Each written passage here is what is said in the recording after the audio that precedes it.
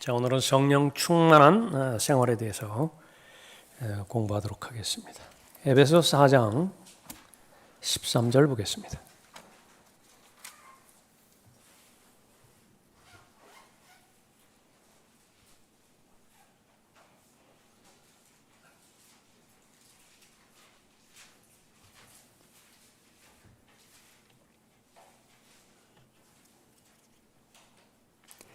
은사를 주신 목적에 대해서 하나님께서 주신 은사를 잘 활용하고 잘 적용했을 때의 최종적인 결론입니다. 이 결론을 내게 잘 비추어 봐서 이 결론에 이르렀다고 여러분 안에 증거가 있다고 한다면 여러분은 성경 안에서 성령 하나님과 동행하는 것이고요. 그렇지 못하다고 한다면 아니에요. 그건 아니에요. 그것이 아니라고 판단이 됐을 때는 다른 모든 기도 제목 다 제껴두고요. 이 부분을 위해서 제일 먼저 기도하셔야 돼요. 그러니까 그것이 우리가 그렇게 고백하는 진정성입니다. 성경이 믿음에 있어서의 최종권이고 실행에 있어서의 최종권이라. 다른 모든 부분들에 대해서는 막 부산하고 분주하고 막 뭔가 되는 것처럼 이렇게 보여지는 것인데 내면에서 이것이 입증이 안 된다. 증거가 되지 않는다. 그럼 은사와도 무관하고요. 또 성장과도 무관하고 하나님의 영광과도 그렇게 무관한 것입니다. 13절에 우리 모두가 믿음의 하나됨과 하나님의 아들을 아는 지식의 하나됨에 도달하게 하고 온전한 사람이 돼요. 온전한 사람, 어떤 사람이죠? 쉽게 말하면 완벽한 사람 그 말입니다. 그러니까 수준이 여기에 와 있는 거예요.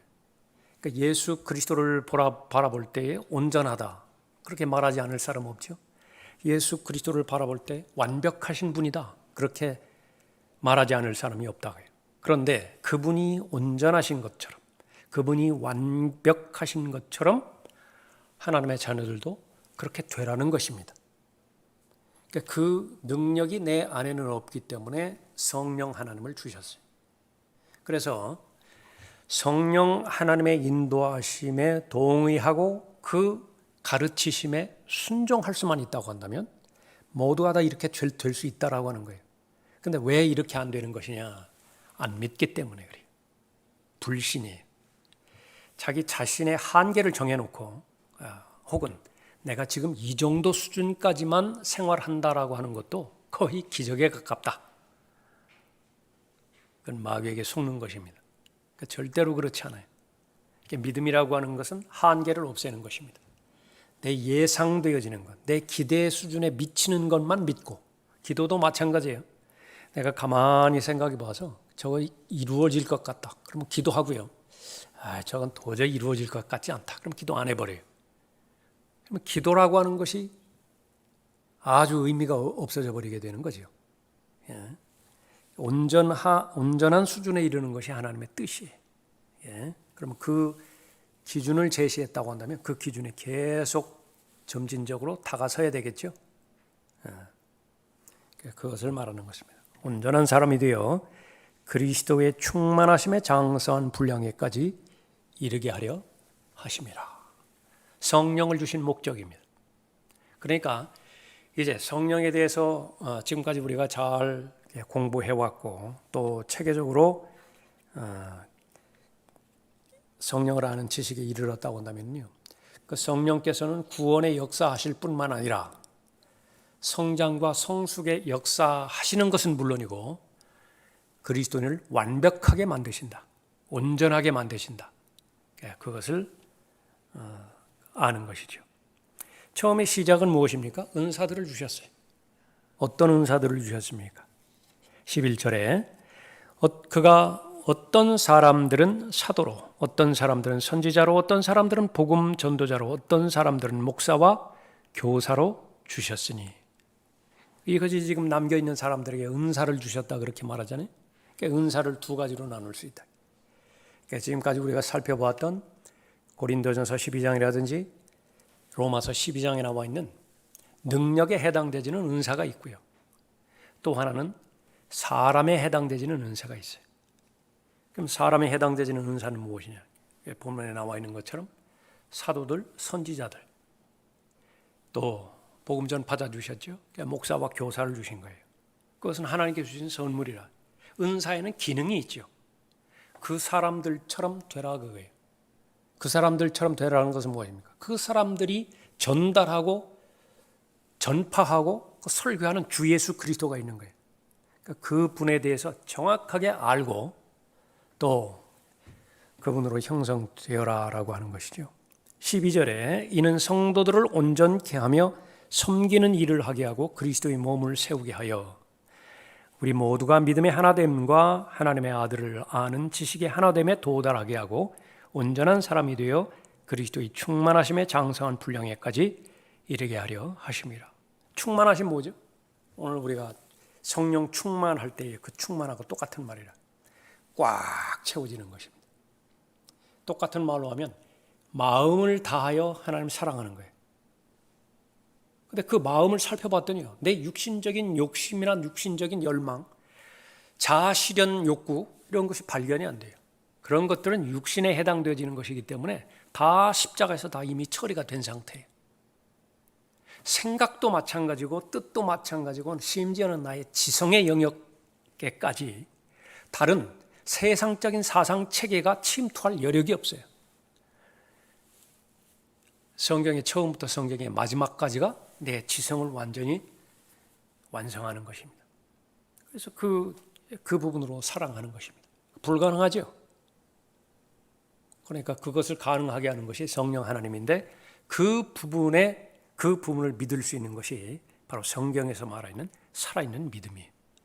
제한시키지 않는 믿음입니다. 그렇지 않으면 어떻게 됩니까? 충만해지지 않으면 어떻게 되는 거예요? 14절에 그리하여 우리가 이제부터는 더 이상 어린아이가 아니에요. 어린아이로밖에 살아갈 수가 없어요. 이러한 과정이 지속되지 않으면 어린아이로 살아간다. 어린아이는 처음부터 끝까지 나중심입니다. 다 내중심이에요. 이기적이고요. 처음부터 끝까지 다른 사람의 수고에 의지해서 살아갈 수밖에 없어요. 자력으로 살아가질 못해요. 어린아이는 영향력이 없습니다. 다른 사람을 세우지를 못해. 다른 사람의 손길을 늘 받는 것이죠. 그런데 그것만 해도 잘 사는 것이라고 말씀드리는 것은 속기를 잘한다는 것입니다. 미혹되는 것이. 그럼 어떻게 됩니까? 전체에 영향을 끼치는 것이죠. 그리하여 우리가 이제부터는 더 이상 어린아이가 아니요 사람들의 속임수와 교활한 술책으로 그들이 속이려고 숨어서 이리저리 기다리는 온갖 교리의 풍조에 밀려 이리저리 다니지 아니하고 오직 사랑 안에서 진리를 말하며 성숙한 자만이 가능한 것이요 사랑 안에서 진리를 말한다. 우리가 모든 일에 성장하여 그에게 이르리니 그는 머리시며 곧 그리스도시니라. 어디에서 나왔죠? 그는 머리시며 곧 그리스도시니라. 고린도전서 22장 아니에요. 우리는 몸이라고 해요. 각 지체에 해당되어지는 고유 기능들을 주셨죠. 은사예요. 그런데 그 머리는 바로 예수 그리스도이십니다. 예수 그리스도께서 다 통제하시고요. 모든 기능들이 원활하게 잘 수행이 되어졌을 때에 그 영광은 예수 그리스도께 돌아가는 것입니다. 이건 윈윈이라. 예수 그리스도께서 돌아가는 영광은 그 영광을 예수님께서는 똑같은 말로 하나님의 자녀들을 칭찬하세요. 찬양하는 것과 칭찬하는 것은 같은 말이라. 그러니까 우리는 하나님을 높여드리고 찬양해드리고 예수님은 우리를 칭찬하신다. 잘하였다라고. 우리는 예수 그리스도의 능력으로 이 일들이 이루어졌다라고 하는 모든 영광을 하나님 앞에 돌려드리는 것이죠. 그 영광을 받으시는 예수님께서는 너희들이 다 한 것이라고. 자신이 하셨음에도 불구하고 너희들이 다 한 것이라고. 작은 일에 신실했다고, 착하다고, 신실하다고, 충성되다고 그렇게 말씀하시는 것이죠. 그 역할들이. 그런데 이것이 이제 마귀가 이 사실을 알기 때문에 어린아이로 태어나는 것을 방해하는데요. 그거에 실패해버리면 계속 어린아이 상태로 머물러 버리게 된다는 것입니다. 육체적으로는 뭐 20대 지나서 30대 초반 막 이렇게 되는데 계속 부모의 근심이 되어지는 자녀들이 있다고요. 간혹가다 그런 사람 있죠. 교회도 마찬가지. 교회 나온 지 오래됐는데 계속 목자의 근심이 되어지는 부분이 있어요. 목자의 기도의 제목이 있는데 기도 내용들을 봤어요. 그러니까 이러한 성도를 주셔서 감사합니다. 이러한 신실한 믿음의 지체를 주셔서 제가 힘이 나는데 동역자입니다. 귀한 동역자 주셔서 감사합니다. 그런 기도가 있는가 하면요, 늘 근심 어린 기도를 자아내는 성도들도 있어요. 악영향을 끼치지 않도록 해주십시오. 그러니까 그런 그 부분으로부터, 그러니까 그것은 무엇을 말하는 것이냐? 바로 성령의 은사와 성령 충만한 생활이 결코 단절되지 않았다라고 하는 사실을 보는 것입니다. 우리의 목표예요. 우리의 염원이에요. 그러니까 성경에서 제시하는 그런 사람이 되어야 되겠다라고 하는 것이 목표고요. 그 목표를 이루기 위해서는 구체적으로 하나하나 이루어져 가야 되는 것입니다. 공상하는 사람이 있고 실제로 그 꿈을 이루어가는 사람이 있는데 특징은요, 오늘 하루 보면요, 꿈을 이루어가는 사람은 무언가가 실행이 됐어요. 지금 아무리 작다 하더라도, 그 보폭이 아무리 짧다 하더라도 한 걸음 내디딘 거예요. 그러나 공상만 하는 사람은요, 1년 전이나 1년 후나 똑같아요. 한 걸음 내딛지를 못해. 계속 공상만 한다. 공상만. 그럼 이루어지지 않아요. 실행이 받쳐주지 못하는 것이죠. 16절에 그로부터 온 몸이 각 부분의 분량 안에서의 효과적인 역사를 따라 각 마디를 통하여 공급을 받아 알맞게 결합되고 체격이 형성되어 몸을 성장시키며 사랑 안에서 몸 자체를 세워 나가느니라. 고린도전서 12장 아주 조화롭게 잘 연결되어지는 그런 부분이죠. 어린 아이로부터 시작되었다고 성경은 언급하고 있는데 계속 성장해 나가고 돼요. 나이가 들면서 겉사람은요, 썩어질 수밖에 없어요. 없던 병 생기고요, 관절에 이상이 생기고, 근육이 계속해서 왜소해지고, 허리가 굽어지고, 이가 빠지고, 머리카락 색깔이 변하고요. 그건 뭐 어쩔 수 없어요. 그건 현실이라. 그러나 거듭난 사람인 속사람, 그 안에 예수 그리스도의 성품과 똑같은 새 사람이 창조가 되었는데, 그 창조된 사람은 끊임없이 자극을 줘야 돼요. 끊임없이 하나님의 입에서 나오는 모든 말씀으로 살아가게 해야 되는 것이죠. 그것이 바로 은혜 가운데서 강건한 상태에서 잘 성장해 나가는 것입니다. 성령 충만한 생활이에요. 그래서 성령 충만한 생활은요, 무슨 기분이 좋은 상태를 유지하기 위해서 그 정도 수준에서 필요하다든지, 그러니까 그런 것이 결코 아니라 성령 충만은 필수적이에요. 성령 충만이 없다 그러면 그 죽은 삶이에요. 성령 충만 없이 성령의 열매에 대해서 많이 말하는 자들이 있다. 은사주의자들이. 성령 충만 없이 성령의 은사에 대해서 아주 고도의 관심을 가지고 있는 자들이 있다. 대표적으로 은사주의자들인데, 그것은 전형적으로 고린도전서 1장에서 3장에서 보는 것처럼 육신적인 형태를 드러내는 것입니다. 그러니까 그것이 성경에 기록된 것은 그 사람들처럼 되지 말라는 것이지요. 본인을 계속해서 끊임없이 성찰하라라고 하는 것입니다. 예. 갈라디아서 4장 보십시오.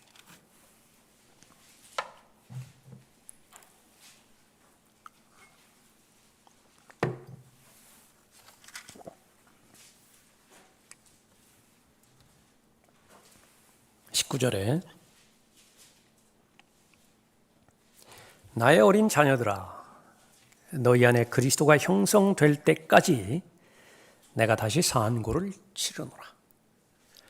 이 산고라고 하는 것은 출생 때 치르는 고초를 말하잖아요.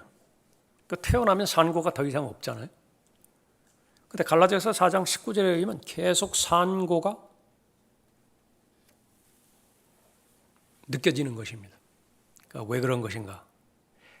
이 출생한 그리스도인이 성령으로 충만해짐으로 인해서 예수 그리스도의 충만하심에 장성한 분량에까지 이르지 않으면요, 계속 산고를 느낀다라고 그렇게 고백하는 부분입니다. 그래서 성도 안에 그리스도가 계속 형성되어져야 돼요. 형성되어져야 된다. 처음에는 씨부터 시작될 거예요. 썩지 않을 하나님의 말씀, 그 말씀으로 인해서 이제 거듭났어요. 새로운 출생이 형성이 되었습니다. 그 씨가 계속 자라는 것입니다. 예수 그리스도께서 계속 형성이 되어지는 것입니다. 그 결과는 지속적으로 열매를 맺을 것이고요. 성령의 열매, 갈라디아서 5장에서 언급하고 있는 성령의 열매를 지속적으로 맺을 것입니다. 성령의 열매를 맺는 필수적인 조건은 박해예요. 박해 없이 맺을 수 있는 열매가 있는 것인가? 그런 것은 불가능해요. 가능한 집단이 있는데 은사주의에서는 가능하다고 그래요. 언제 이 박해를 받게 되지죠? 빛을 제시를 하면 됩니다. 캄캄한 흑암 가운데 있는 이 세상 가운데서 빛을 제시를 해버리면 그것은 나뉘어져 버리는 것입니다. 빛과 어둠으로 나뉘어져 버려요. 이건 가정에서도 그렇고 직장에서도 그렇고 친구들, 동창들 여러 가지 마찬가지. 다른 주제에 대해서는 너무 소통이 잘 된다. 코드가 너무 잘 맞아요. 그러나 진리의 책인 진리의 성경으로 들어왔다고 그러면 싸늘해지는 거예요. 육신적인 교회에서는 성도들 안에 있어서의 교제도 마찬가지. 애들 이야기, 밖에서 이야기, 이게 먹는 음식 이야기 이럴 땐 너무 코드가 좋다. 그러나 일단 진리의 지식에 관해서 그 주제가 대화가 거기에 인도되었다 그러면은 떨떠름하다. 분위기가 너무 자연스럽지가 않아요. 왜 그렇죠? 영이 다르기 때문에 그런 것입니다. 그 영이 다르다라고 하는 것을 경험하지 않는다라고 한다면 성령의 열매는 맺을 방법이 없어요. 왜 그렇습니까? 성령의 열매를 맺을 수 있는 절대적인 조건은 육신이 부인되어져야만 돼요. 육신의 정욕과 안목의 정욕과 생의 자랑으로 이루어진 이 육신의 성향, 육신의 경향, 그것이 십자가에서 처리되어지지 않고서는 안 된다고요. 왜 예수 그리스도를 담대하게 증거하지 못하는 것인가? 그러니까 육신의 정욕에 걸리기 때문에 그래요. 생의 자랑에 걸리기 때문에 그래요. 바보 되기 싫거든요. 다른 사람이 나를 어리석은 사람이라고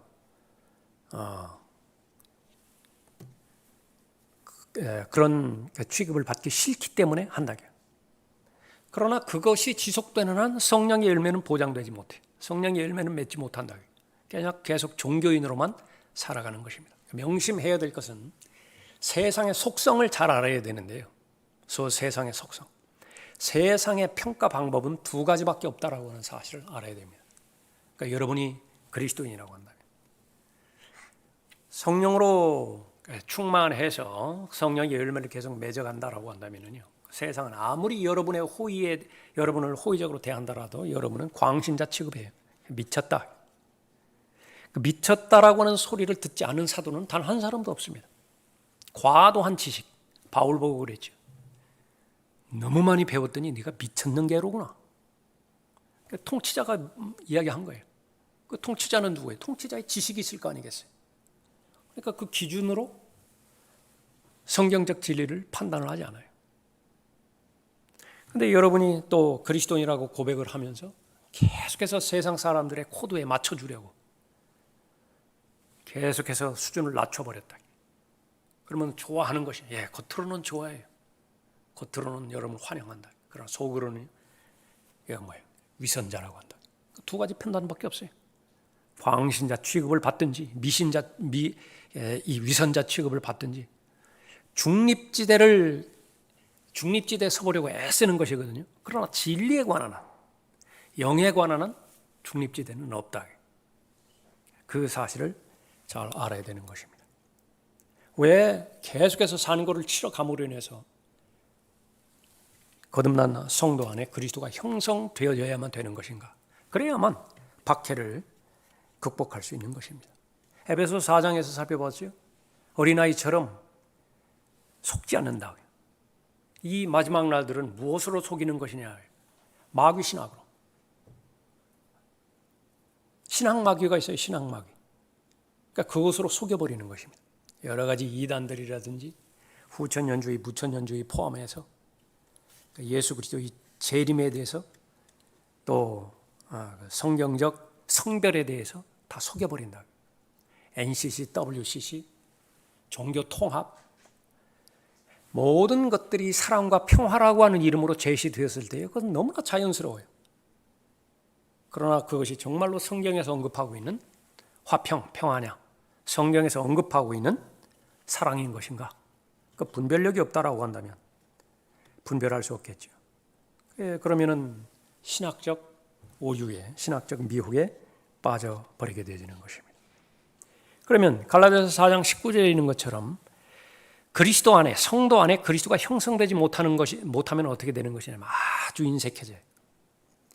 이 성장한다라고 하는 것은요, 풍요로워지는 것을 말하는 것입니다. 이 그리스도인은 물이 계속해서 담겨져 있는 저수지가 결코 아니에요. 그런데 어떤 사람은 저수지 역할만 한다. 계속 담기만 해요. 계속 받기만 한다. 그것이.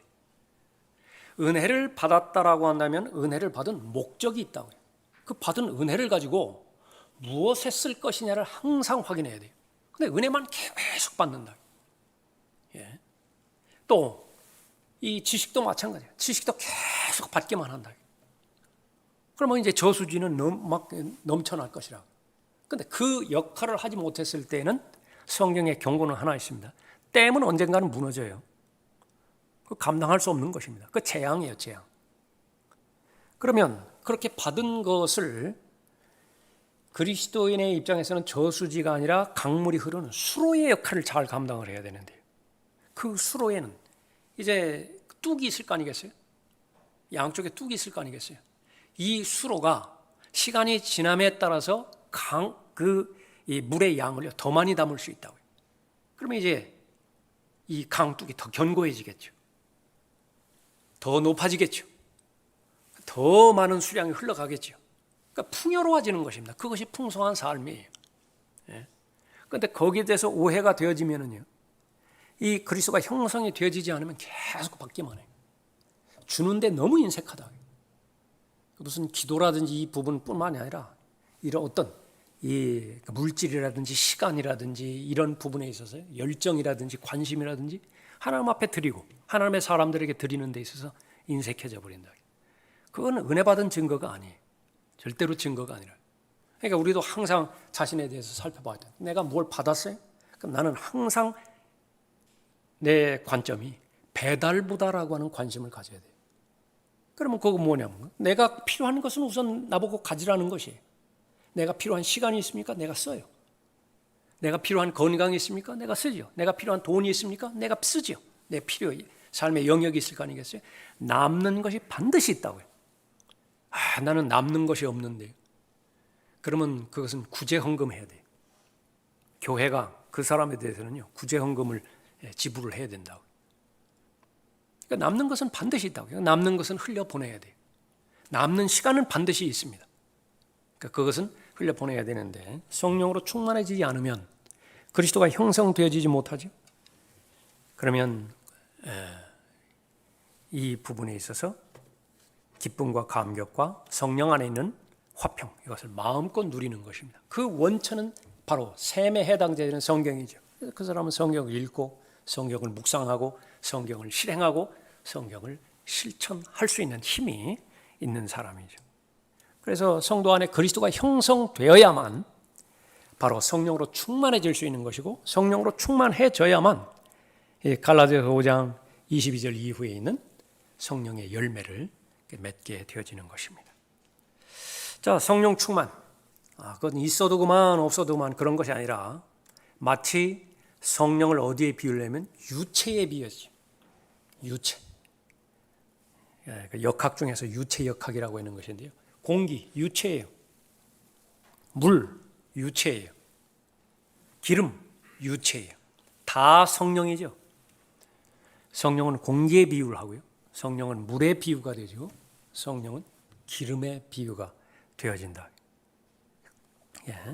그래서 이 성령으로 충만한 삶을 잘 살 때에 비로소 풍성한 삶을 살 수 있다라고 하는 사실을 아는 것입니다.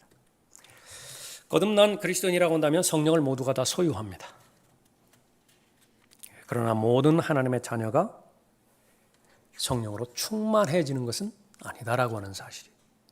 그런데 현실적으로 따져보면요, 아주 극히 소수의 사람만이 성령으로 충만해진다는 사실입니다. 거의 대부분은 어떻게 되는 것이냐? 영이 세 개가 있죠. 세 가지 영이 있어요. 하나는 하나님의 영이 있고요, 하나는 사람의 영이 있고, 하나는 마귀의 영이 있다. 거듭났다고 한다면 성령의 인도함을 받아야 되는데요, 거듭난 다음에 자신의 영에 의해서 살아가요. 자신의 생각대로 살아간다고 말이에요. 예. 그러나 그것은 성경에서 언급하는 것이 아니라 반드시 하나님의 영으로 살아가야 돼요. 하나님의 영의 인도함을 받아야 된다. 그래서 로마서 8장에서 하나님의 그 자녀를 인정하는 것이 하나님의 영의 인도함을 받는 자들이라 그렇게 언급하고 있죠. 그러니까 반드시 그렇게 해야 됩니다. 에베소서 5장 18절 보십시오.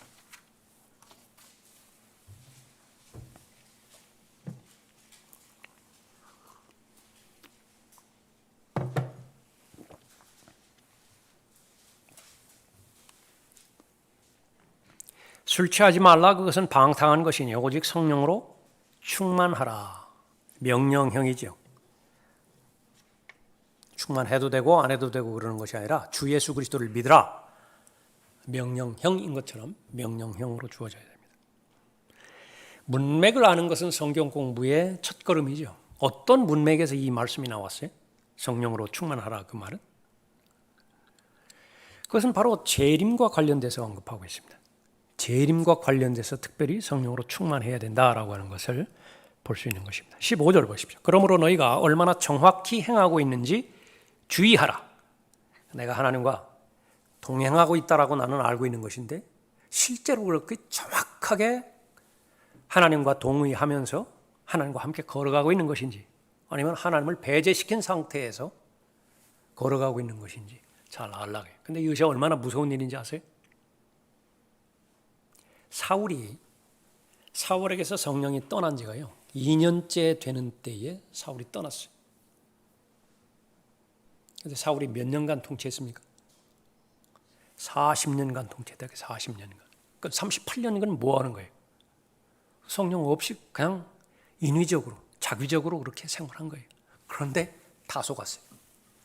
사울 자신도 속고 이스라엘 백성 전체가 다 속았다. 그러니까 그것이 바로 분별력이 없었을 때 닥치는 비극을 말하는 것이거든요. 그러니까 괜히 있는 것이 아니라 정확하게 행하고 있는 것인지 보라게.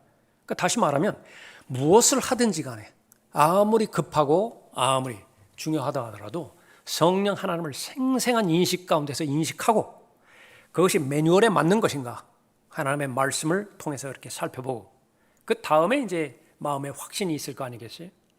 그러니까 그렇게 확인하라 그 얘기죠. 미련한 사람같이 행하지 말고 현명한 사람같이 행하여. 구원받았는데 미련한 사람같이 행하는 사람이 있다고 말하는 거예요. 그러나 구원받은 사람이라고 한다면 현명한 사람같이 행하라. 이것이 복음에 합당한 삶을 살라 그 얘기죠. 우리 기도할 때마다 거의 빠지지 않고 하는 기도가 바로 이 부분입니다. 시간을 사서 얻어야 되고요, 현명한 삶을 살아야 되고, 기회를 얻어야 되고, 분별 있는 삶을 잘 살아야 되겠죠. 시간을 사서 얻으라. 이는 그 날들이 악하기 때문이니라. 이로 인하여 너희는 어리석게 되지 말고 주의 뜻이 무엇인지 이해하라. 나에 대한 하나님의 뜻이 무엇입니까? 기도할 필요조차 없이 알 수 있는 방법은 다음 절에 나와 있는 성령으로 충만하라. 이것이 주의 뜻이에요. 그런데 이 부분을 배제시켜버리고 나에 대한 하나님의 뜻이 무엇입니까? 그 나에 대한 하나님의 뜻이라고 하는 것이 진로예요. 거의 대부분 진로라고요. 내가 어느 학교를 가야 됩니까? 어느 직장을 가야 됩니까? 내가 어느 사업을 해야 됩니까? 그때 실상은요, 그런 그 부분들은 하나님의 관점에서 보면 거의 관심이 없다. 다 괜찮아요. 그 학교 가도 되고 저 학교 가도 되고요. 그 직장 들어가도 되고 이 직장 들어가도 거의 영향 안 미쳐요. 왜? 그것은 한시적이라 한시적. 거푸집이 좋아야 뭐 얼마나 좋겠어요. 그냥 자신의 역할만 해주면 되지. 넘어지지 않고 지지만 해주면 되잖아요. 질그릇이 좋아봐야 얼마나 좋겠습니까? 그러니까 문제는 그 안에 있는 보물이라고요. 주의 뜻이 무엇인지 이해하라. 술 취하지 말라. 그것은 방탕한 것이니 오직 성령으로 충만하라. 그러니까 15절부터 17절에 나와 있는 그 부분에 대해서 소홀히 하게 되어진다고 한다면 그냥 술 취한 인생이에요. 성령으로 충만한 삶과 술로 취한 삶, 그러니까 비슷한 부분이 있어요. 그것은 방탕한 것이니 오직 성령으로 충만하라. 그렇게 언급하고 있습니다. 성령 충만하라 그 명령에 순종했을 때에는 가장 행복한 사람을, 가장 행복한 인생을 보장해 주신다라고 하는 것이 19절이죠. 시와 찬송과 영적인 노래들로 너희에게 말하고 너희 마음으로 주께 노래하며 곡조를 만들고 항상 모든 일에 우리 주 예수 그리스도의 이름으로 하나님 곧 아버지께 감사를 드리며. 그러니까 노래가 끝나지 않는 인생은 얼마나 행복한 인생이겠어요. 그러니까 마음으로부터 우러나오는 노래가 있다. 혼자 있을 때도 콧노래 나오고요. 여럿이 있으면 함께 같이 마음을 합해서 노래 부르고 싶고. 그 모든 것이 감사의 노래라. 감사의 찬양이잖아요. 그러니까 이보다 더 만족스러운 사람이 어디 있겠는가. 그러니까 그것이 바로 성령으로 충만한 삶입니다. 자, 지금까지 우리가 계속해서 그리스도인의 삶을 살아오면서 이 성령 충만을 얼마만큼 경험해 오는 것인가. 이것이 간증이겠죠. 여러분들은 다 그런 간증을 가지고 계실 것입니다. 그러나 현실에 만족하지 않고요. 현실에 만족하지 않고 내가 거룩하니 너희도 거룩하라. 그렇게 말씀하신 것처럼. 그것만큼 불가능한 말씀이 어디 있어요? 명령이 어디 있어요? 하나님의 거룩하심, 완벽한 거룩하심인데 그에 비해서 나를 바라봤을 때 외마디 소리밖에 안 나오는 거예요. 비참한 사람이로다. 교회를 30년, 40년 다녔어도 비참한 사람이로다. 성경을 아무리 많이 알고 암송을 다 암송을 한다 하더라도 나는 비참한 사람이로다. 그 소리밖에 할 것이 없다. 그러나 그러한 나에게 내가 거룩하니 너희도 거룩하라 말씀하셨잖아요. 그것은 바로 성령 하나님께서 내주하고 계시기 때문에 그 명령을 하실 수 있는 것이다. 그러니까 내가 할 수 있는 비결은 무엇이냐? 나는 부인 되어지고요. 내주하시는 성령 하나님을 의지하고 의탁하는 것입니다. 어린아이와 같은 그런 마음입니다. 그 부분으로 성령 충만을 삼고 있습니다. 자, 성도가 자신의 삶을 주관할 때에 사람의 마음이 무엇으로 채워지는 것인가? 성도가 바로 자신의 삶을 주관하는 것을 포기하고 성령 하나님께서 주관하시도록 내어드렸을 때에 그 마음의 변화는 어떻게 되어지는 것인가? 교재 요한복음 16장 6절이죠. 도리어 내가 이런 일을 너희에게 말함으로 슬픔이 너희 마음에 찼도다. 마음은 무엇인가로 채워져야 된다. 무엇인가로 가득 채워져야 돼. 그러니까 채워지지 않을 수가 없다. 진공 상태가 유지가 안 되어지는 것입니다. 슬픔, 염려, 걱정, 근심 제일 쉽게 채워질 수 있는 거예요. 이것이요 학습이 되어지기도 하고 심지어는 훈련이 되어지기도 합니다. 걱정하는 것이, 염려하는 것이 계속 학습된다. 그러니까 뇌가 거기에 익숙해져요. 그 부분들이 지금 일어나지 않는다. 또 하나의 다른 불안이 생기는 거예요. 뭔가를 걱정해야 좀 안심이 될 텐데 인정해야 됩니다. 적개심과 증오심으로 마음이 가득 채워지기도 합니다. 누가복음 6장 11절 말씀이죠. 그러자 그들은 분노로 가득 차서 예수를 어떻게 할까 하고 서로 의논하더라. 정상적인 분노가 있죠. 정상적인 적의가 있다고요. 죄에 대해서 분노해야 되고요. 사망에 대해서 분노해야 되고 마귀의 일들에 대해서 분노해야 됩니다. 그러면 안전해요. 그런데 분노해야 될 대상에 대해서는 사랑하고요. 죄를 사랑해버려요. 그 끝은 반드시 죽음의 길이라고 경고를 거듭했음에도 불구하고 그 죽음의 길을 사랑해버렸어요. 반대로 정작 사랑해야 되는 진리. 사랑 안에서 진리를 말해야 되는 것인데 진리를 사랑하지 않았어요. 진리 자체이신 예수 그리스도의 사랑, 그것을 배제시켜 버렸죠. 그러면 이제 거꾸로 돼버리는 것입니다. 적개심으로 가득 차고 증오심으로 가득 차서 그 결과는 하나님을 죽이는 것이, 하나님을 부인하게 되어지는 것입니다. 사탄으로 가득 채워지는 것이 사도행전 5장 3절 말씀이죠. 아나니아야, 어찌하여 사탄이 너의 마음을 가득 채워 성령께 거짓말하게 하며 그랬다. 아나니아, 이 사람 구원받은 사람입니다. 그러니까 구원받은 사람에게는요, 이처럼 성령의 열매를 낼 수 있는 성령으로 가득 채워질 수도 있고, 마찬가지로 하나님의 원수인 마귀의 영으로 가득 채워질 수도 있어요. 가능성이 두 개가 있다. 그러니까 그 사실을 아는 것이죠. 그래서 성도는 성령 하나님으로 충만하게 채워지는 것이 지극히 정상적인 삶입니다. 그것이 자연스러운 삶이죠. 사도행전 6장 5절 말씀입니다. 그 말이 온 무리를 기쁘게 하니라. 그리하여 그들이 믿음과 성령으로 충만한 사람 스테판 비롯해서 여러 집사들을 이제 선임하게 되어지는 거죠. 우선적으로 알아야 되는 것이 성령 충만, 결코 가볍게 넘어갈 주제가 아니다라고 하는 것입니다. 하나님께서는 이 성령으로 충만해지기를 간절히 바라는 만큼이나 하나님의 원수인 마귀는 성도가 결코 거듭나지 못하게 방해했는데 그것이 실패했다고 한다면 다음에 최상적인 공격은 무엇이냐 그러면 하나님의 영으로 채워지지 못하게 만들어버리는 것입니다. 비록 하나님의 생명의 책에는 내 이름이 기록되었다 하더라도요, 그 구원받은 이후의 삶은 계속해서 지금까지 내가 살아왔던 인간 관계 가운데서 형성된 내 경험이 있다고요. 사람 보는 안목도 마찬가지죠. 분명히 하나님께서 성경에 관련된 하나님의 안목을 제시를 해 주셨음에도 불구하고 알지를 못한다. 또 알았다 하더라도 이 관점에서 바라보려고 하는 의지가 없어요. 그러니까 다 치워버리고 내 관점에서 바라보는 것입니다. 편견이에요. 편견적인 관점에서 사람 바라보고 그렇게 판단하고 그러는 것이죠. 절대로 그렇게 돼서는 안 되는 것이라 그렇게 볼 수 있습니다. 자, 성령 충만은 에베소 5장 18절에서 하나님의 명령이라 그렇게 언급하고 있죠. 이 하나님의 명령에 불순종하거나 잘못해놓고 성령 충만한 삶이 유지되었다라고 한다면요, 실컷 심리학에 빠져놓고 성령 충만하다 그렇게 말합니다. 지금 모든 교회라든지 무슨 성경 세미나라든지 이런 것은 인문학으로 도배해버렸죠. 그러니까 신학교에서는 이제 신학보다는 인문학이요 더 기초 과목이 돼버린 것입니다.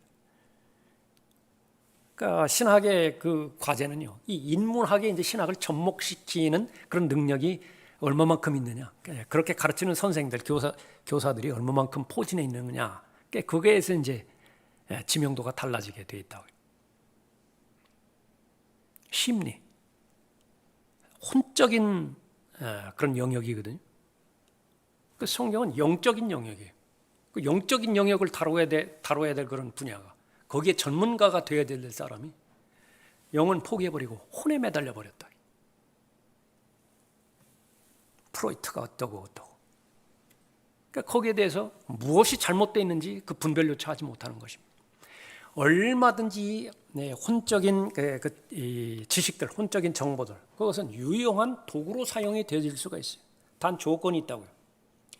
영적인 영역에 있어서 하나님의 가르침에 충돌이 되어지지 않는다고 한다면, 그것을 보완을 해준다고 한다면 이 혼적 지식이라든지 무슨 상담학이라든지 심리학이라든지 교육학이라든지 이런 부분들은 충분히 도움이 되어지는 것입니다.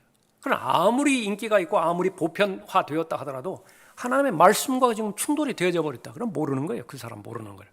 자신이 무엇을 하는지도 알지도 모른다. 고린도전서 2장 여기 한번 다시 확인해 보세요.